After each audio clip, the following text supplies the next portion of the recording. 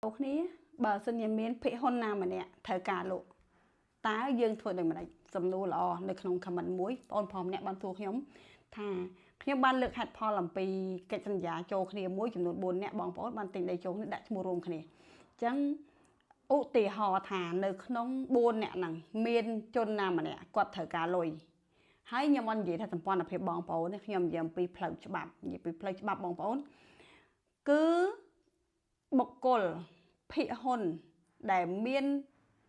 chồng nôn hôn lơ pi hà sập hệ rồi bác cứ mình sụt sầm rạch mà rồi hệ rồiក្នុងការលក់ឬក៏មិនលក់ទីហោ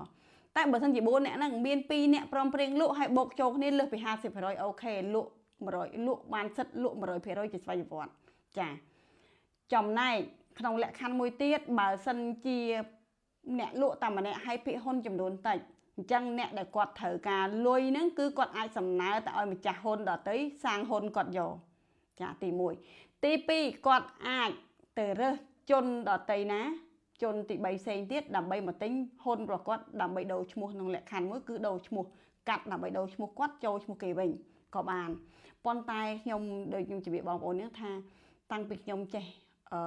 ដើរលើវិស័យចលនាទ្រព្យហ្នឹង3ទសវត្សរ៍នេះខ្ញុំមិនដែលឃើញមានអ្នកទិញដីចូលគ្នាណាមានបញ្ហាទេ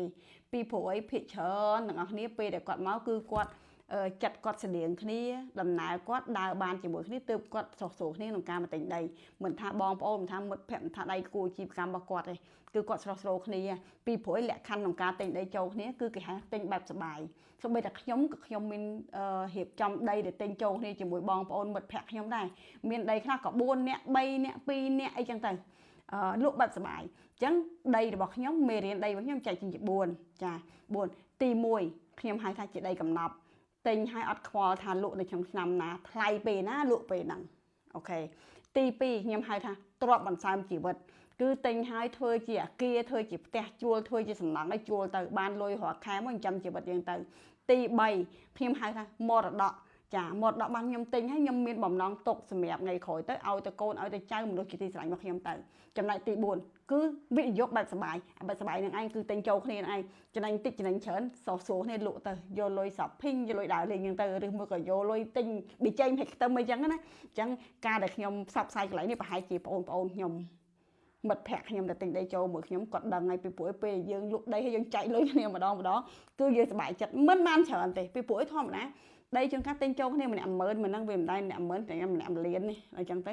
បានប្រហែលក៏ដោយក៏សប្បាយក្នុងការដែលយើងបានរួមដំណើរជាមួយគ្នាលើវិស័យមួយហ្នឹងពីព្រោះអី